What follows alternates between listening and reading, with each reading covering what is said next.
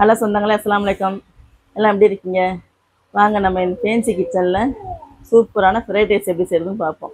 பாஸ்மதி அரிசி போட்டு நல்லா உதிரியாக சிக்கன் ஃப்ரைட் ரைஸ் எப்படி செய்யணும்னு பார்ப்போம். அஜினோமோட்டோ போடாமல், எந்த கலரும் சேர்க்காமல், வெள்ளையாக காரம் இல்லாமல் சூப்பராக செய்யலாம். அதுக்கு நம்ம முதல்ல அடுப்பில் கடாயை வச்சு எண்ணெயை ஊற்றி சிக்கனை பொரிச்சுக்குவோம். எண்ணெய் காஞ்சோன்னே சிக்கன் அப்படி எடுத்து போட்டு பொரிச்சுக்கலாம். சிக்கனுக்கு எப்படி மசாலா போடணுங்கிறத நான் முன்கூட்டியே வீடியோவில் சொல்லியிருக்கேன். அதே போல் மசாலா போடுங்க, அப்போ தான் எண்ணெயில் பிரிஞ்சு வராமல் இருக்கும். எல்லா சிக்கனும் இப்படி பொரித்து எடுத்துக்கலாம். எங்கள் வீட்டில் இன்றைக்கி எலும்போடு தான் சிக்கன் வாங்கியிருக்கோம். அதை நம்ம எலும்பு இல்லாமல் உதுத்து எடுத்துக்கலாம். எலும்பு தனியாக, சிக்கன் தனியாக. எலும்பு இல்லாமல் தான் ஃப்ரைட் ரைஸ் போடணும். பாருங்கள், இப்படி எடுத்துக்கலாம். பொரித்து எடுத்தாச்சு. இப்போ சாப்பாடு ஆக்கிறதுக்கு உலை வச்சுருக்குறோம். அரிசி ஒரு 10 நிமிஷமாக ஊறுது. பாஸ்மதி அரிசி நல்லா உலை காஞ்ச உடனே அரிசியை போட்டுருவோம்.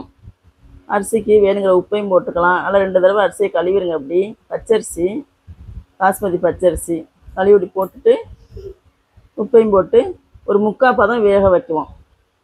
3/4 பதம் தான் வேகணும், முழுசாக வேக வைக்காதீங்க, சோறு குழஞ்சிரும். 3/4 பதம் வெந்தோடனே நம்ம சோறு எடுத்து வடிச்சுக்குவோம்.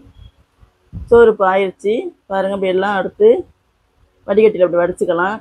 இப்போ ஃப்ரைட் ரைஸ் எப்படி செய்யணும்னு பார்ப்போம். அடுப்பில் சட்டியை வச்சு ஒரு 150 மில்லி எண்ணெய் ஊற்றிக்கலாம். எண்ணெய் ஊற்றினதுக்கப்புறம் ஒரு 4 முட்டையை உடச்சி ஊற்றிக்குவோம். ஃப்ரைட் ரைஸுக்கு தேவையான முட்டை ஒரு 4 முட்டையை உடச்சி ஊற்றிக்கலாம். உடச்சி ஊற்றினதுக்கப்புறம் கொஞ்சம் உப்பு போட்டுக்கலாம். அதுக்கு முட்டைக்கு தேவையான உப்பு போட்டுக்கலாம். கொஞ்சம் மிளகு ஜீரகம் தூள் போட்டுக்கலாம். தூள் போட்டதுக்கப்புறம் ரொம்ப கிண்டக்கூடாது, 1-2 அப்படி கிண்டணும். ரொம்ப போட்டு பொடி மாஸ் மாதிரி கிண்டிடாதீங்க. 1-2 கிண்டி அப்படியே ஓரமாக நவுத்தி வச்சுருங்க. சட்டிலேயே ஒரு ஓரமாக நவுத்தி வச்சுட்டு முந்திரி பருப்பு போட்டுக்குவோம். இப்போ இந்த மாதிரி நவுத்தி வச்சுருங்க.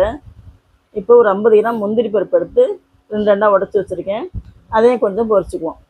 பொரிச்சுட்டு அதையும் ஓரமாக ஒதுக்கி வச்சுக்கலாம். இப்போ 150 கிராம் வெங்காயம் எடுத்துருக்குறோம். அதை எண்ணெயில் போட்டு கொஞ்சம் வதக்கிக்கலாம். வெங்காயம் வதங்கினதுக்கப்புறம் முட்டை, முந்திரி பருப்பு எல்லாத்தையும் ஒன்றா கலக்கிக்கலாம். அதுக்கப்புறம் ஒரு 150 கிராம் முட்டைக்கோஸ் போடுவோம். அதெல்லாம் மெலிசாக அந்த மாதிரி அறுத்து வச்சுக்கணும். முட்டைக்கோஸ் போட்டு நல்லா கொஞ்சம் வதங்கினதுக்கப்புறம் பீன்ஸ் 150 கிராம் இருக்குது. அதையும் நம்ம பொடிசாக அறுத்து எல்லாம் கழுவி ரெடி பண்ணி வச்சுருக்குறோம். அந்த பீன்ஸையும் போட்டுக்கலாம். பீன்ஸ் போட்டு 2 நிமிஷம் அப்படி வதங்கட்டும்.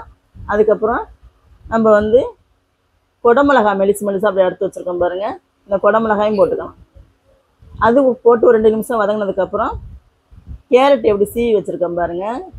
கட்டில் அப்படி சீவி வச்சுருக்கேன். அந்த கேரட்டையும் போட்டு அது ஒரு 2 நிமிஷம் வதங்கிக்கலாம். இந்த எல்லா காய்க்கும் சேர்ந்தாப்புல நான் இப்போ உப்பு போடுறேன். உப்பு போட்டதுக்கப்புறம் நல்லா கிண்டி விடுவோம். ஒரு 10 பச்சை மிளகாயை 2 கீறி வச்சுருக்குறோம். அதையும் போட்டுக்கலாம். கொஞ்சம் மல்லித்தலையும் போட்டுக்குவோம். எல்லாம் போட்டு நல்லா ஒன்றா வதக்கி விடலாம். பாருங்கள், இப்படி வதக்கினதுக்கப்புறம் இந்த காய்க்கு மிளகு ஜீரகம் தூள் போட்டிருக்கேன் கொஞ்சம்.